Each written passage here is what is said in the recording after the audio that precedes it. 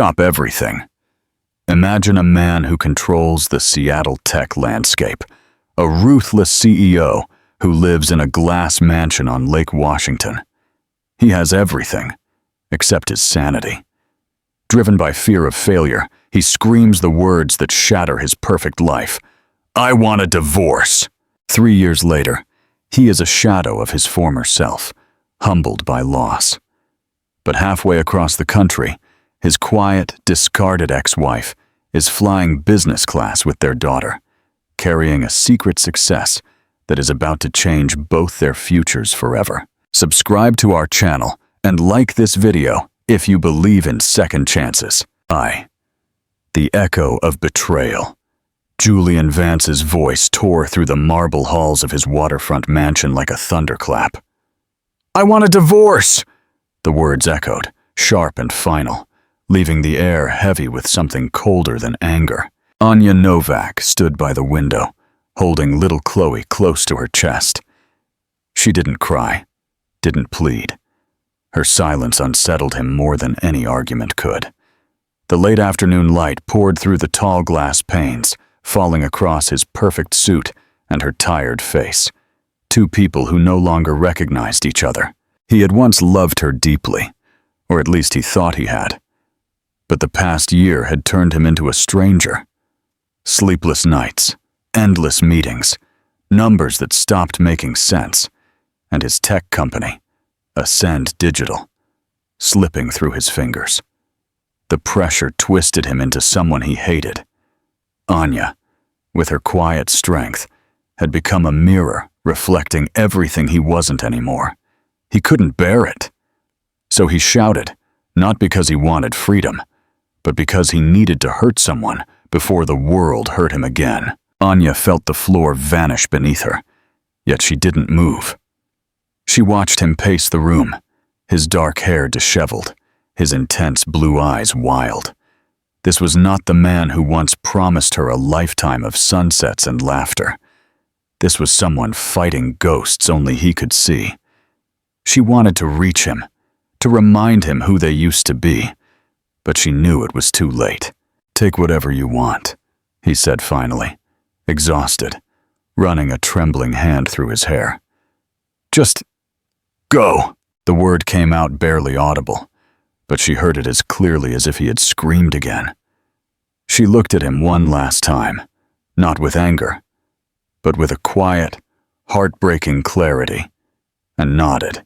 That night, while the mansion slept, Anya packed a single suitcase. She took Chloe's favorite stuffed bunny, her sketchbook, and nothing else. The driver who had once taken her to charity galas now drove her to the bus station without a word. Rain tapped against the windows, and in its rhythm, she found the strength not to cry. When dawn broke, the bus rolled out of Seattle. Anya held her daughter close as the sleek, metallic skyline gave way to empty, rolling fields of Oregon. She didn't know where she was going or how she would survive. All she knew was that love had died in that house long before Julian's harsh words, and that somewhere beyond the horizon waited a chance, not for revenge, not for riches, but for peace. For Julian, it was the end of a chapter he thought he controlled. For Anya, it was the beginning of the life she would build from the ashes. Toot. The artist's quiet struggle.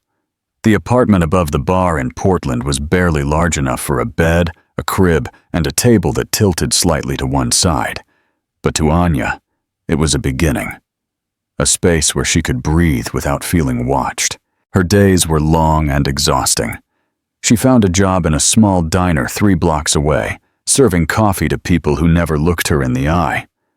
The manager, a woman named Grace with a smoker's voice and a kind heart, hired her on the spot after seeing how carefully she held Chloe on her hip during the interview.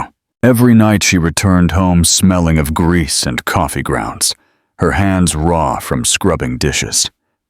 After putting Chloe to bed, Anya would sit at the wobbly table and draw.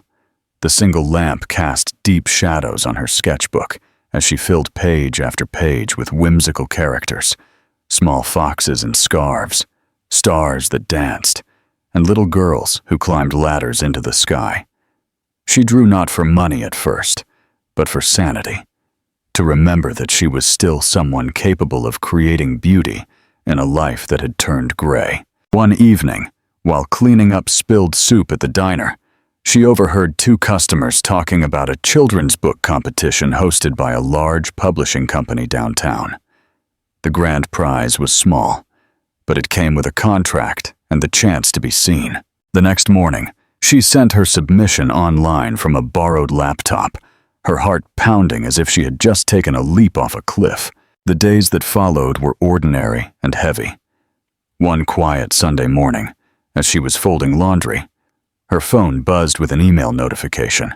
The subject line read, "Congratulations." She saw the name of the publishing house. The message was short, polite, almost formal. They loved her work. They wanted to purchase her illustrations for a new children's series. They wanted to meet. In that fragile moment, Anya felt something she hadn't felt since she walked away from Julian's mansion. Hope, real and bright, rising quietly inside her chest. She didn't know it yet, but that single email would be the first thread of a new tapestry. 3. A new identity. S. Carter. The payment for her first project was small, barely enough to cover rent for 2 months, yet it felt like a fortune. She used it to buy new brushes and saved the rest. As the months passed, more opportunities came. Her first book was published under the name S. Carter, a simple signature that carried both protection and mystery. When she saw her illustrations printed for the first time, bound and glossy in a children's book, she cried quietly at her kitchen table. It wasn't fame or wealth that moved her. It was proof that she could make something beautiful after everything had fallen apart. By the end of that year, Anya had illustrated 3 books and was invited to collaborate on a 4th. Her editor called her a rising star. She had built a life from nothing, shaped it with ink, paper, and quiet determination. What she didn't know was that across the city, Julian Vance was beginning to lose his empire, the same empire he once chose over her.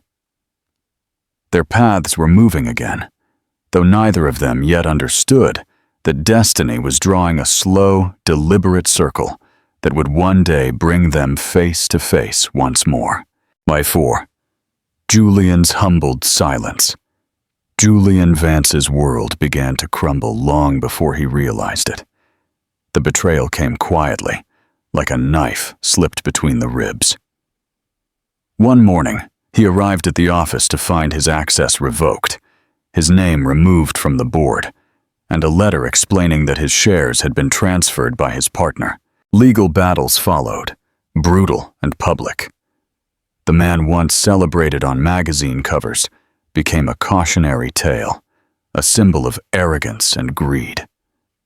When the company was lost, Julian stood in the courtroom, feeling a silence heavier than any noise he had ever known. He had thought money was power, but in that moment, stripped of everything, he realized it had only been armor.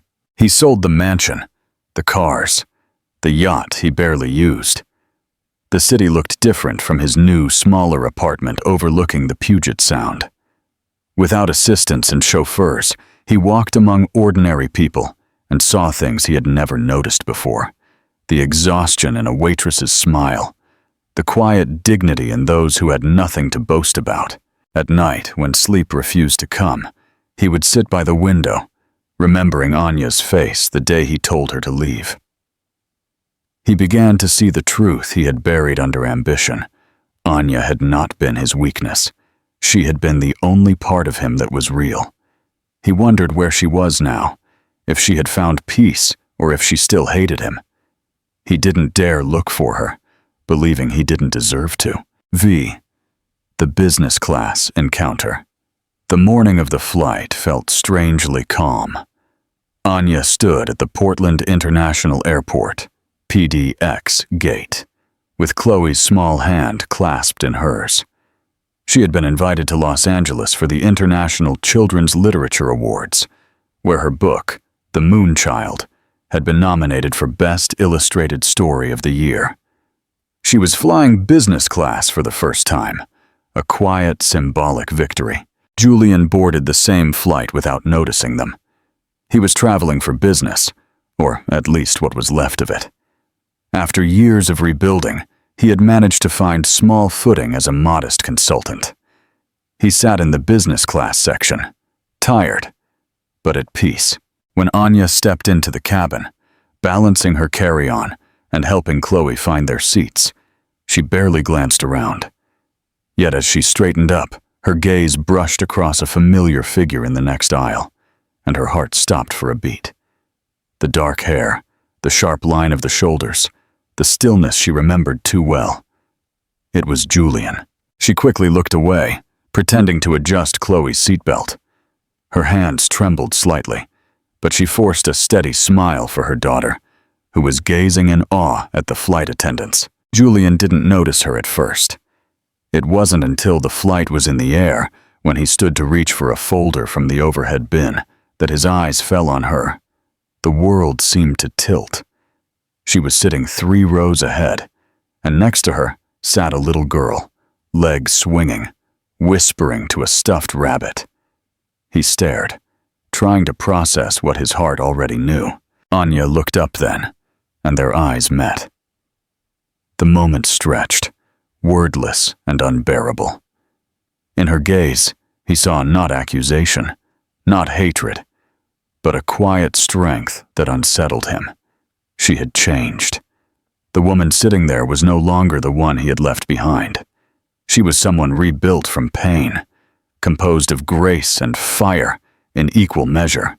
When he finally walked down the aisle toward her, his voice, when he spoke, was careful and low. Anya. Her name tasted foreign in his mouth, like something he hadn't earned the right to say. Julian. That was all. No smile, no bitterness, just acknowledgement. He asked if he could sit beside her for a moment, and she nodded. They spoke quietly, words cautious and deliberate. He told her he had heard about her success. Her book had reached even the circles he still moved in. She thanked him, her tone polite but distant. When he tried to apologize, she listened, and when he finished, there was a long silence before she said softly, "I don't hate you anymore. I used to, for a long time. But then I realized that hate keeps you tied to the past, and I needed to be free." Her calmness disarmed him more than anger ever could. He looked at Chloe, realizing she must be 3 or 4 years old now, and his throat tightened. The child had his eyes, that clear blue that had once been his pride. He wanted to ask questions, but he didn't dare. The answers were written plainly in the years he had missed. Interactive question. Nhìn thấy con gái mình sau 3 năm, Julian, có nên hỏi Anya về chuyện con bé không? Hay anh ấy nên giữ im lặng và tôn trọng cuộc sống mới của cô ấy? Hãy bình luận ý kiến của bạn về tình huống khó xử này. 6. Forgiveness and the Foundation. The next morning in Los Angeles, Julian stood by the breakfast hall, hesitant, before Anya motioned for him to sit. He told her what had happened after their separation, the betrayal by his partner, the collapse of his company, the years spent trying to understand who he was without money or status. She looked at him and said almost gently, "You had everything you thought mattered. I had nothing. Maybe we both needed to lose what we loved to find out who we really were." That simple exchange transformed their relationship. She forgave him, not for him, but for herself. That night, as Anya tucked Chloe into bed, she felt lighter than she had in years. Forgiveness had not erased the past, but it had changed its color. In the months that followed, their paths crossed again through the Children's Art Foundation that Anya had co-founded. The foundation provided scholarships and mentorship to underprivileged children. When Anya learned that Julian had been volunteering at the same community center where many of those children came from, she reached out to him. She needed his business acumen to manage the financial aspects of the program. Working together brought a different kind of intimacy, one built on trust and shared purpose rather than emotion. She realized that the arrogance she once despised had been replaced by patience. "You're good with them," she told him one night. "They trust you." He looked at her, surprised. "Maybe because I finally learned how to listen." Chloe adored him, calling him Mr. Julian and showing him her sketches. He would kneel beside her, giving thoughtful advice. There was no grand declaration between them. What grew instead was something steady and human, an understanding that forgiveness had made space for friendship, and perhaps, one day, something more. 7. The quiet certainty. 2 years later, the world felt softer. The foundation had grown into a full-fledged center. Anya's name was well known, and her success was carried lightly. The apartment above the noisy bar was replaced by a quiet home near the Pacific coast. Julian was part of that life now, not as the man who had once broken her, but as someone reborn beside her. He had moved to the coast, helping the foundation expand its programs. His presence was steady and calm, and though they never labeled what grew between them, there was a familiarity that went deeper than love stories told in films. One autumn evening, the three of them sat outside watching the sunset. Julian poured coffee for Anya, his movements slow and unhurried. "Do you ever think about what might have happened if we hadn't lost everything?" Anya asked. "Sometimes," he admitted. "But then I realize we would have never learned how to really live. We would have had everything except what matters." As the sky deepened into twilight, Julian sat beside her. "I used to think love was something you conquer. I was wrong. It's something you build, slowly, every day. And if you stop building it," Anya whispered, "then you start again. That's what makes it real." Anya rested her head on his shoulder, realizing that the story of her life had never been about loss, or revenge, or even forgiveness. It had been about becoming whole. The man beside her, the child sleeping inside, the house filled with laughter and dreams. This was not the ending she had once imagined. It was better, softer, honest. It was the kind of ending that didn't feel like one at all, because it was only the beginning of a new chapter, one built not from wealth or power, but from understanding, courage, and the quiet grace of love rediscovered. Don't miss a moment of this journey. Subscribe to our channel and like this video right now. 8. The Test of Fire. 2 years after their unexpected reunion on the flight, Anya and Julian's life in their coastal home in Oregon had settled into a peaceful, yet never boring, rhythm. Their relationship, rebuilt on a foundation of brokenness and forgiveness, resembled an old oak tree, slow to grow, deeply rooted, and strong enough to weather any storm. Anya. John S. Carter had achieved resounding success. Her children's book series was not only a bestseller, but was highly valued for its emotional educational content. She had shifted a large part of her focus to developing the Pacific Children's Art Foundation, with Julian serving as the unpaid Chief Operating Officer, COO. One spring evening, as Chloe, now 7, slept soundly, Anya and Julian sat on the deck, watching the silver moonlight scatter across the ocean. Julian hesitantly placed a folder of documents on the table. "Anya, there's something. Our foundation is growing rapidly. We're expanding into San Francisco. That's wonderful, but it comes with a huge challenge." "What's the issue, Julian?" Anya asked, sipping her tea. "I trust your management skills." "The issue is scale," he said, his voice serious. "We need larger, more sustainable funding to scale up. And that means I have to step back into the world I've tried to avoid, the world of big tech finance." Julian explained that a major venture capital firm in Silicon Valley, a company called Phoenix Capital, had noticed their effective nonprofit model. They didn't want to acquire the company, but were willing to provide a $10 million seed funding package to expand the foundation into a national network. The single condition: Julian had to represent the foundation, presenting to Phoenix Capital's board people who were once his rivals and were now his judges. Anya looked at him. She knew that for Julian, returning to a boardroom where he had once collapsed in shame was a terrifying personal trial. "Are you afraid?" she asked directly. He nodded. "I'm not afraid of financial failure, Anya. I'm afraid they'll see the old Julian Vance, the man who lost everything to hubris. I'm afraid they'll find me weak, and I'm afraid I'll fall back into that trap." Anya smiled, a look of profound patience and resolve. "Julian, that is precisely why you must do this. They will not see the old Julian. They will see the man who rebuilt himself from scratch, the man who gave up glory to serve a purpose. And more importantly, I will be with you." Mics. The presentation. Silence versus arrogance. The meeting took place 3 weeks later in a glass skyscraper in San Francisco.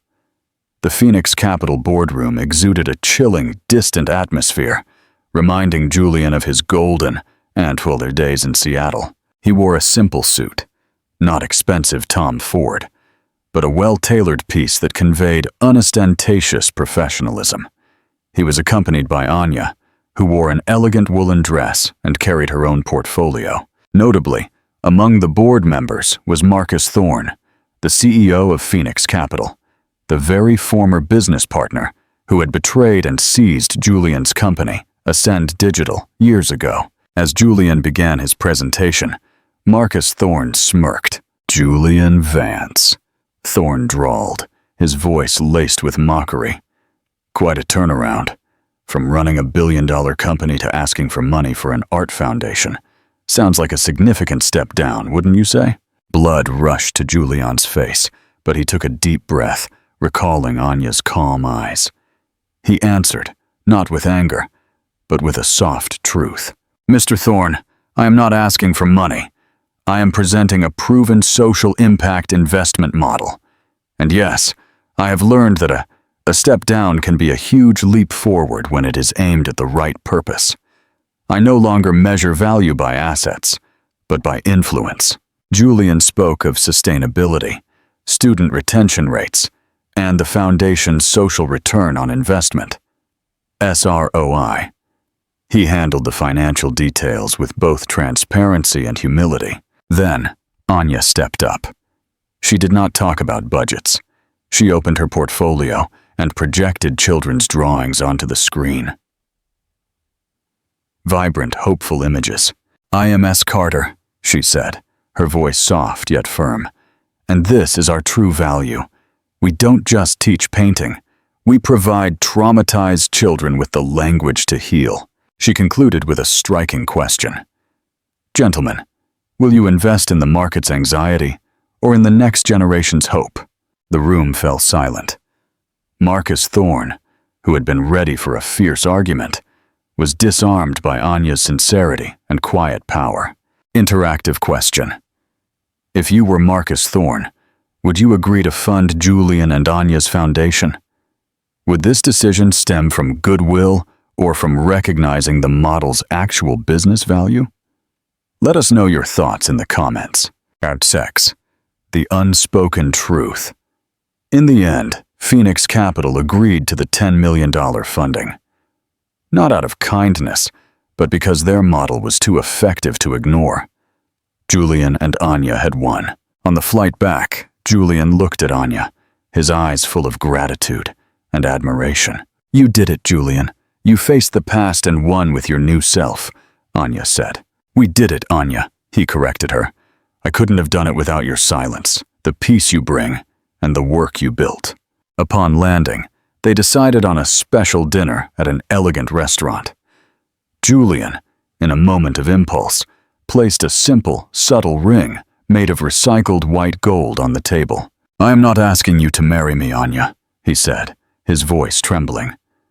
"I am just asking if you will accept this partnership, a partnership not based on assets but on trust, respect, and this imperfect love." Anya looked at the ring, her eyes welling up, not with pain, but with complete happiness. She had lost the old Julian, but she had found another man, the man she had always hoped he would become. "Yes, Julian," she said, "I will accept, but with one rule: never call each other lamb or tiger again. Just Julian and Anya." Simply that. 11. The family secret. Time passed. The foundation grew into a national organization, and Julian truly became an influential leader. He didn't seek personal glory, but used his skills to create social impact. One cozy Christmas evening, while Chloe was opening presents, Anya realized she needed to tell Julian a truth she had kept hidden throughout the years. They sat by the fireplace. Anya held Julian's hand.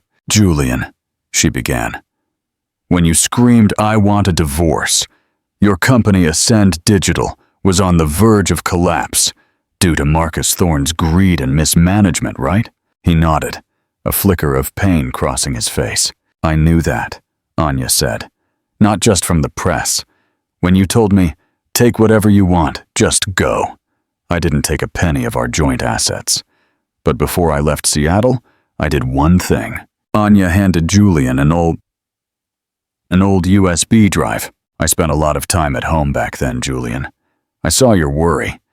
I started using the computer system knowledge I gained in college to look through your work files.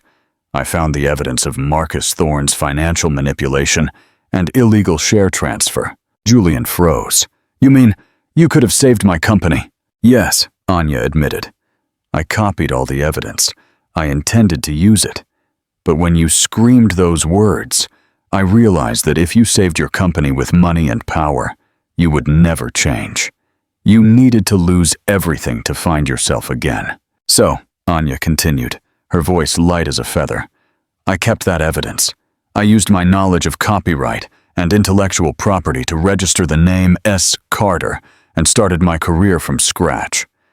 As for that evidence, I didn't use it for Julian Vance. I used it for the foundation," Anya explained. 6 months later, when Marcus Thorne finalized the takeover, Anya anonymously sent a copy of that evidence to the regulatory body. Although Julian had been stripped of ownership, the event led to an internal investigation, severely damaging Marcus Thorne's reputation and resulting in massive fines for Ascend Digital. Julian stared at the USB drive.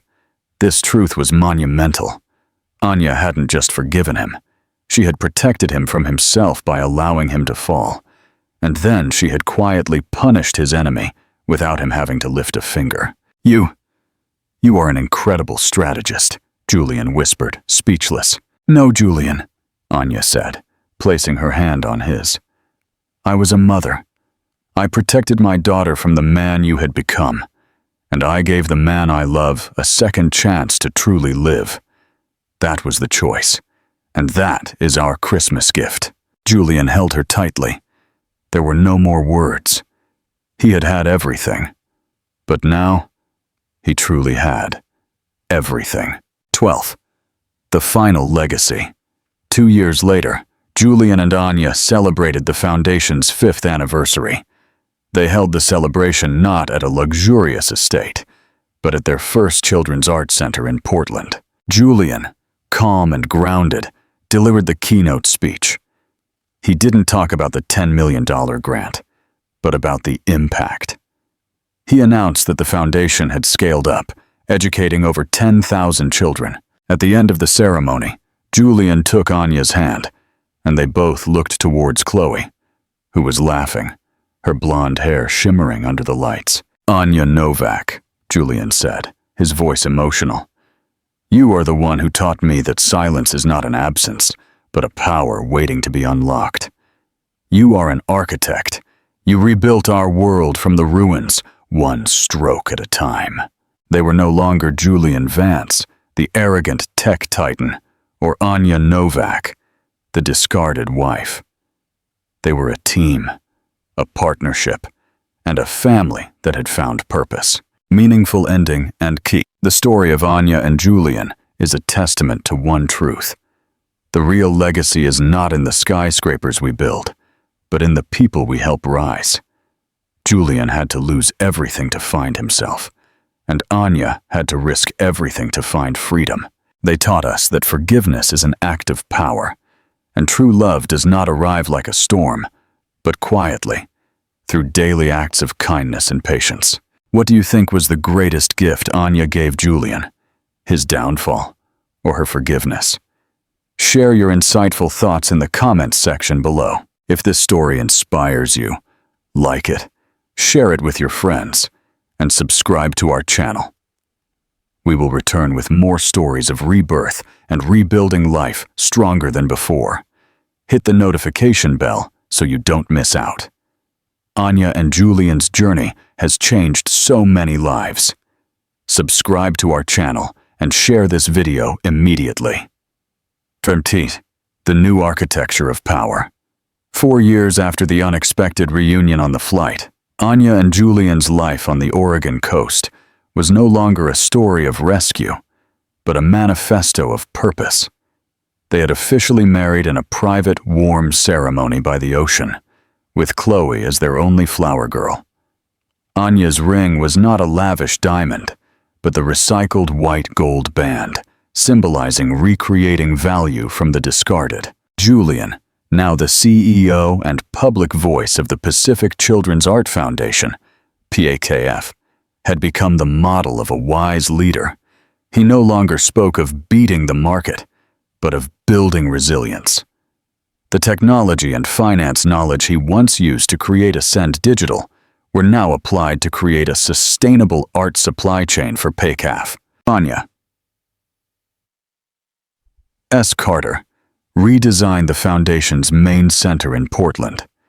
It was not a skyscraper, but an organic architecture where natural light, recycled materials, and open spaces encouraged boundless creativity. She called it the architecture of compassion. Their relationship became the perfect balance between creativity, Anya, and structure, Julian. Anya dreamt. Julian turned those dreams into measurable realities. One day, major news shook the financial world of Seattle. Marcus Thorne, Julian's betrayer, was facing a massive federal investigation for securities fraud. His reputation, already severely tarnished by the Ascend Digital scandal, which Anya had quietly instigated, was now on a path to complete collapse. Julian read the news on the front page of the Seattle Times while having his morning coffee. He braced himself for a feeling of satisfaction, but it didn't come. Instead, he felt a strange emptiness. Revenge had been served, but it brought no joy. Anya sat down beside him, placing her hand on his. "Are you okay, Julian?" "I am," he said. "It's just, I realized that revenge was not the gift you gave me. The gift was the freedom from the need for revenge. He destroyed himself with the very arrogance I once possessed. There is nothing left to say." Julian took out the old USB drive containing the evidence, which Anya had given him on Christmas Eve, from a drawer. He quietly walked outside and tossed it into the ocean. The past was truly dead. 14. The future architect, Chloe, now 9, was the center of their world. She grew up not in a setting of superficial luxury, but surrounded by art, love, and stories of resilience. Chloe knew nothing of her parents' previous life, but she knew everything about the power of a pencil. Julian and Anya decided they needed to tell Chloe the truth about Anya's Christmas gift, not as a story of revenge, but of choice. One evening, as they watched Chloe draw a complex house in pastels on the floor, Julian asked, "What are you building, Chloe?" "This is the house for my foundation in New York," Chloe declared. "It has to have huge windows for the light, and lots of secret rooms where kids can draw the things they are afraid of, and then burn them up." Anya and Julian looked at each other, amazed by their daughter's profound imagination. "You know," Anya said gently, "I once wanted to be an architect, but I thought I couldn't." Then I realized that architecture is not just about concrete and steel. It's about creating a space for people to live and heal. Julian then told Chloe a simplified version of their story. Dad had a company, but he lost his true self. Mom had a chance to save the company, but Mom chose to save Dad and build us a new home with a pencil and a sketchbook. That was the hardest choice, but it was the greatest choice. Chloe listened intently. She pointed to her drawing. And this is what I will build. A place where everyone can find their true self. Anya understood. Their legacy was not the foundation or the books, but Chloe. A child growing up with the awareness that failure is not the end, but the building material for a better future. Interactive question. If you were Julian or Anya, how would you tell Chloe the story of Marcus Thorne and Ascend Digital to teach her about justice without sowing hatred? Share your approach in the comments. 6D. The Quiet Promise. 5 years later, Julian Vance, now in his early 50s, stood at Heathrow Airport, London. He was not a power-hungry CEO, but a father waiting. Anya was returning from an art conference in Italy. Julian was about to meet her, but he had booked a private flight for the entire family, a trip he hadn't revealed to Anya. He took out his phone and opened a special map application. It showed a large, quiet plot of land in a small coastal town in Maine, where Anya had always dreamed of designing a complete home from scratch. On his phone screen, a message read, "Foundation is ready. Welcome home. S. Carter." Julian didn't buy the land with Ascend Digital money or grant money. He used the small earnings from his consulting jobs during his toughest years, plus a tiny portion of Anya's royalties that he had safely invested. It wasn't vast, but it was the first real asset he owned entirely through honesty and genuine labor. When Anya emerged from arrivals, she was transformed. The fatigue was completely gone. She glowed, not from fame, but from peace. Julian walked towards her without a word. He held her tightly. "I missed you," she whispered. "I missed you too, my partner," he replied. "But can you wait a few more days? I have a surprise flight for you and Chloe. It won't be going to New York or San Francisco. It will be going to a place where the architecture of compassion can begin building our permanent home." Anya looked at him, yet her eyes full of curiosity. "And Julian," she said, placing her hand on his cheek. "One more thing. I've thought about the Christmas gift. I chose correctly. You are no longer afraid of losing, and that is something no company in the world can buy." Julian smiled. He was once a titan of technology. Now, he was a keeper of promises. That was a legacy he was proud of more than anything. Conclusion of the story. They walked away together through the bustling airport, never looking back at the world that had once rejected them. The legacy of Julian Vance and Anya Novak is not the $10 million or the 10,000 children helped, though that is vital. Their legacy is the proof that you can lose every material thing, yet become richer than ever when you learn to choose love and purpose over arrogance and power. If you had to title this new chapter of their lives, what would you choose? Share your title in the comments. Don't forget to like and subscribe to our channel for our next special on the power of love in business. Final chapter, the unbought legacy. Life is not a destination. It's a journey of rebuilding. Subscribe to our channel and like this video to fuel your strength. 6th, the unbought asset. 6 years after their reunion, the Vance Novak family officially moved to Maine. The home, situated on a bluff overlooking the Atlantic Ocean, was entirely Anya's design. It wasn't opulent like the old Seattle mansion, but every corner was crafted to maximize light and peace. True to her architecture of compassion, Julian, the man who once viewed billion-dollar projects as his only measure, now spent his mornings running the remote operations of the Pekaf Foundation, and his afternoons helping Anya build a small community art studio on their property. The land he bought with his honest assets had become a symbol of his redemption. One day, as Julian was hauling a piece of reclaimed lumber, he received a call from an unknown number. "Julian Vance?" A sharp, older voice resonated. "Yes, speaking. I am Mr. Sterling, the former chairman of Phoenix Capital." Julian tensed. Mr. Sterling was a financial legend, someone who had never spoken to him before. "I am calling for one reason," Sterling continued. "The Marcus Thorne scandal has shaken our entire firm. Recently, we reviewed your foundation's records and the way you handled everything. We realized one thing." "What is that, sir?" Julian asked, his voice stripped of his former CEO bravado. "That woman's vision," Sterling said, referring to Anya. "She saw a loophole in our system and did not exploit it. She rebuilt something far greater: trust. I have never seen a former CEO choose this path. Julian, I want you to become the chief advisor for a new social impact fund we are setting up. It will be global in scale. You have full control, no fame required, only influence." It was an invitation back to the top, but with a completely different role and purpose. 7. The CEO who chose silence. Julian took a deep breath.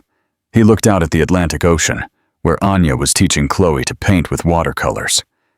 He remembered the nights obsessed with stocks, the lies, and the loneliness in the glass mansion. He recalled the feeling when the USB of evidence dropped into the ocean.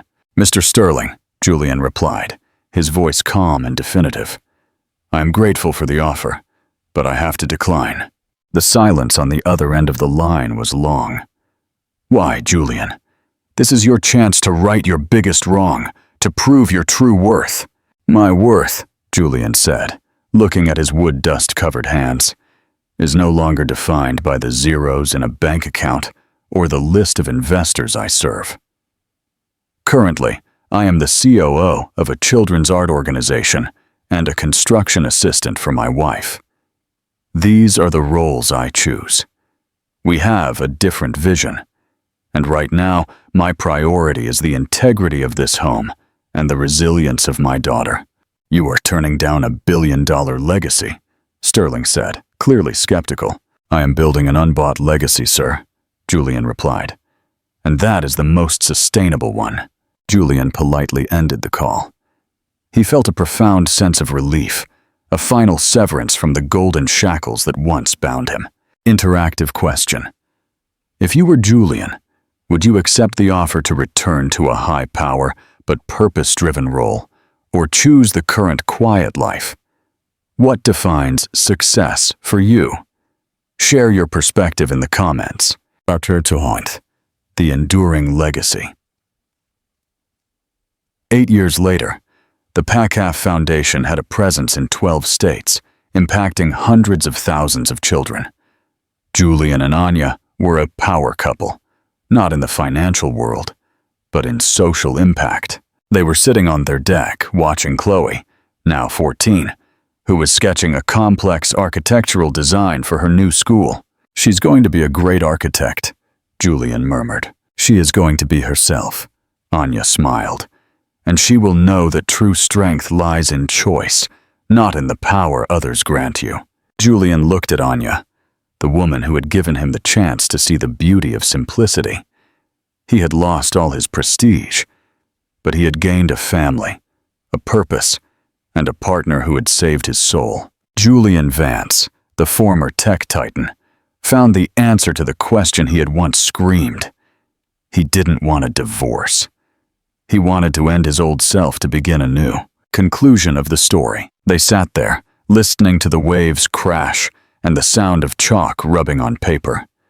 Their ultimate legacy was not the 10 million or the 10,000 children helped, though those were vital. Their legacy was the peaceful home they built for each other and their daughter, proving that love is not something you own, but something you build together every day, no matter how much you have to lose. Ultimately, what was the greatest value Julian found in his life? Answer in the comments. Thank you for following this inspiring journey of rebirth. Like and subscribe to our channel for our next special on the power of love in business.